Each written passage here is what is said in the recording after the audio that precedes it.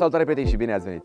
Suedia a oferit lumii o grămadă de chestii frumoase, printre care Ikea, chităluțele suedeze, Saab, contuși la 1 leu de la Ikea și modelele de costume de baie suedeze și nu în ultimul rând Volvo.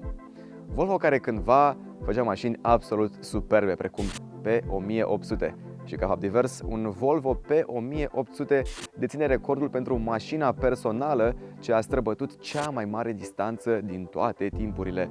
Această mașină, de care vă spun eu, prin 2013 avea în bord 3 milioane de mile. Cine știe cât o fi având acum? Ei bine, acest producător, Volvo, ne oferă astăzi în teste nava amiral, și anume Volvo S90.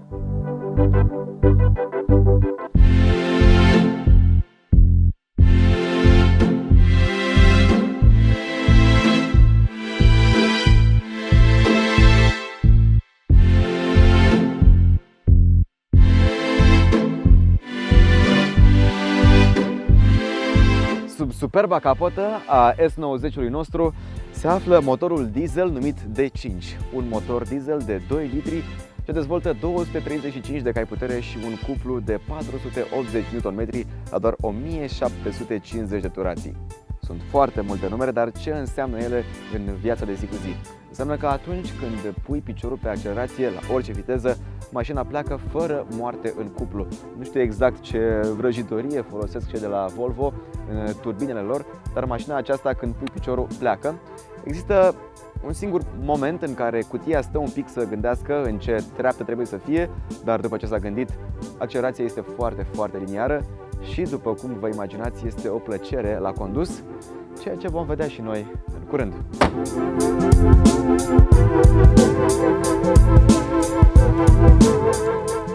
Pentru că Volvo S90 trebuie să fie și o mașină practică, portbagajul trebuie să fie și el încăpător. Și pentru că suntem în secolul 21 și ne este un pic lene să ne mai folosim mâinile, da, știe să facă și asta, astfel că vedem portbagajul de 500 de litri, adică un portbagaj cu vreo 20-30 de litri mai mic decât rivalii E-clase, A6 și seria 5. Totuși, spațiul de încărcare e destul de mare, astfel că putem băga obiecte mai lungi sau mai late cu ușurință. Iar cei 20-30 de litri, sincer, eu nu prea îi văd. Nu e așa o mare diferență până la urmă. E dită mai hăul, dită mai portbagajul. Și, dacă tot l-am deschis cu piciorul, o să-l închid cu mâna.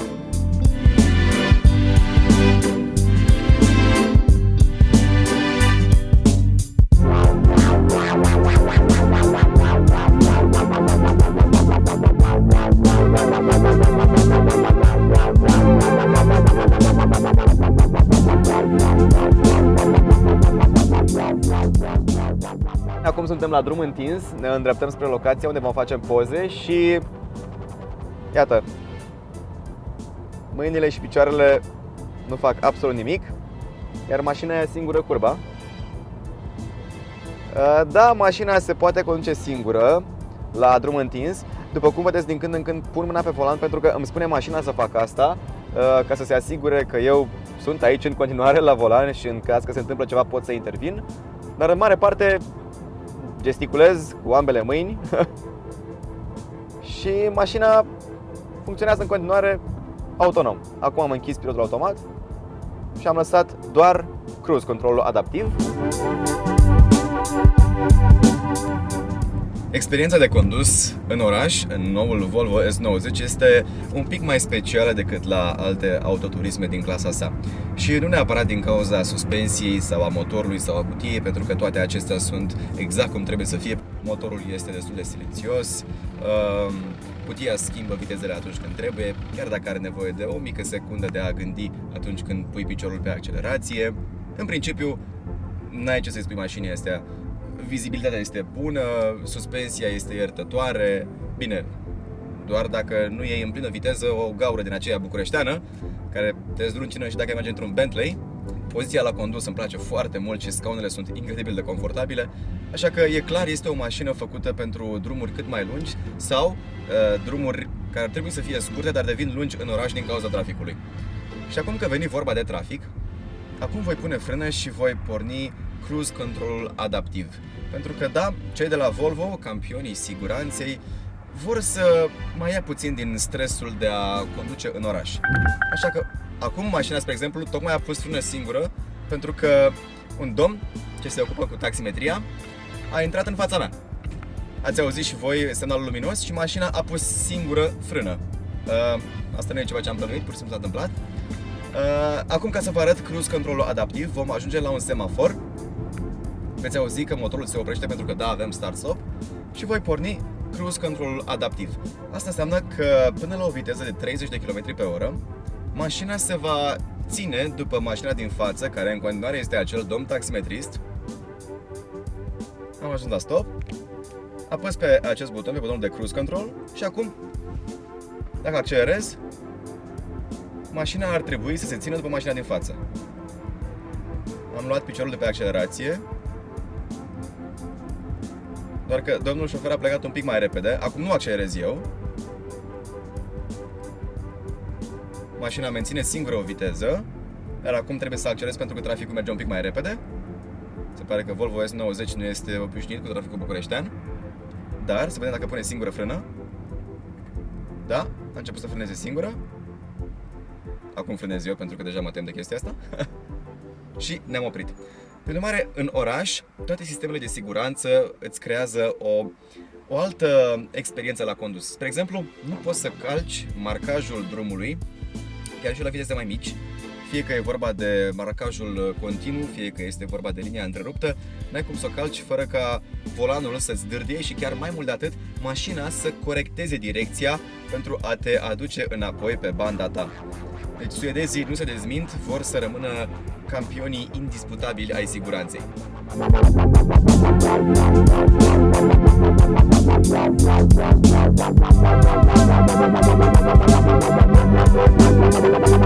Finisajele și atenția pentru detalii parcă sunt obsesive în noul Volvo S90.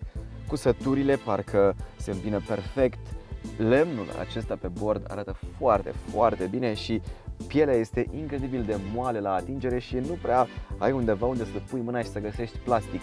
Peste tot sunt materiale plăcute la atingere și peste tot sunt mici detalii. Spre exemplu, pe centura de siguranță scrie since 1959, adică din 1959. Atunci cei de la Volvo au inventat centura cu prindere în 3 puncte. Centura pe care noi astăzi o avem pe absolut orice mașină, începând din 1959 și datorită celor de la Volvo. În spatele S90-ului, cuvântul de ordine este confortul, pentru că iată, pielea este moale la atingere, scaunele sunt confortabile și nu prea mai vine să cobor de aici. Controlele pentru climatizare sunt digitale și arată parcă sunt un joc video. Singura problemă pe care o pot găsi este că acest tunel de transmisie este destul de înalt și a treia persoană, cea care este pe mijloc, va trebui să stea cu un picior într-o parte și cu un picior în cealaltă, ca să nu mai spun de faptul că s-ar putea să atingă plafonul cu capul. Celelalte două persoane, ceilalți doi pasageri în schimb, nu vor avea nici o problemă de spațiu, nici la picioare și nici la cap. Ca să înțelegeți de ce sunt atât de impresionat de interiorul lui Volvo S90, vă prezint ușa. Iată ce bine se îmbină parcă toate panourile din această ușă. Aș vrea să puteți să simțiți cât de moale este pielea aceasta și capacele de la sistemul Bowers & Wilkins, care nu este un sistem deloc ieftin, care sunt din oțel inoxidabil. Acest mâner, care parcă este o piesă șlefuită dintr-o singură bucată unitară de metal. Butoanele acestea care au exact clicul care trebuie atunci când le apeși. Vă jur, atenția la detalii în această mașină este obsesivă, dar rezultatul e pe măsură.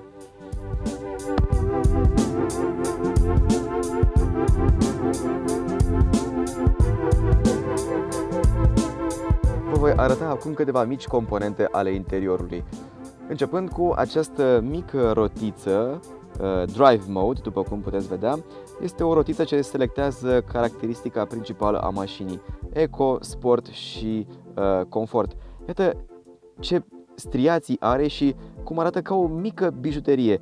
Și în aceeași notă este și comutatorul de engine start-stop. Spun comutator pentru că nu este un buton ca la alte mașini, ci este pur și simplu un mic comutator pe care îl dăm ori spre stop, ori spre start. Arată incredibil. La fel este și butonul pentru volum, care este la fel striat ca celelalte butoane și se mișcă foarte, foarte ușor, în același timp cu un click satisfăcător. Vă spun chestiile astea pentru că e o atenție minuțioasă la detalii. Și tot ca atenție pentru detalii, vă voi arăta aici în consola centrală un spațiu special pentru stocarea cheii.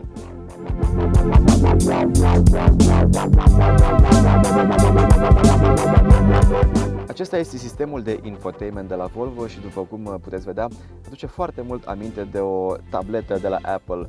Un design simplu cu un singur buton aici pe care putem apăsa și obținem un mic tutorial. Iată. Acum, haideți să vedem ce este în meniul principal. Avem navigația pe care o putem porni foarte repede de aici și putem imediat seta o destinație nouă. Radio sau Bluetooth, auxiliar și alte dispozitive. Telefon, putem conecta un telefon normal și anumite descărcări ale sistemului de operare. Dacă glisăm înspre dreapta, avem aplicațiile rapide, AM, FM, Bluetooth, USB, iPod și auxiliar, iar jos avem câteva setări: mesaje, stare, autoturism, performanță, navigația și Apple CarPlay. Atenție, acest sistem vine doar cu Apple CarPlay, nu și cu Android Auto. Acum, dacă revenim în meniul principal și glisăm în partea stângă, aici avem diferite funcții ale autoturismului. Putem închide ESC-ul, diferitele asisturi care sunt pornite, pentru că da, Volvo este o mașină sigură, așa că avem o grămadă de senzori care sunt în permanență activi. Avem și distance alert, în caz că ne apropiem prea repede de mașina din față, mașina ne atenționează. Avem aici și o cameră, putem vedea 360 de grade în jurul mașinii, foarte practică la parcările în oraș. Mașina parchează singură, mașina știe să iasă singură din locuri de parcare, putem rabata tetierele din spate, putem face diferite reglaje ale heads-up display-ului, iată aici. Alte sisteme de siguranță, cum ar fi acesta, care atunci când avem o mașină în stânga sau în dreapta, în punctul mort al oglinzii, ca să spunem așa, în oglinzi se aprinde un mic beculeț care ne arată chestia asta. Road sign information, citește semnele de circulație și ni le arată în bord. Putem adapta limita de viteză, pilot automat, o grămadă de setări, în mare parte de siguranță, pentru că da, acesta este un Volvo. Și aici jos, controlele pentru climatizare. Totul este foarte ușor de folosit, după cum puteți vedea, și touchscreen-ul răspunde incredibil de repede la comenzi. Probabil vă gândiți că S90-ul costă o căruță de bani și nu vă înșelați, chiar costă o căruță de bani. Dar, în ciuda acestui lucru, este cu aproximativ 2000 de euro mai ieftină decât rivalii săi din Germania. Prin urmare, pentru 2000 de euro în minus ai o mașină care poate este un pic mai specială decât ce vând nemții în zilele noastre.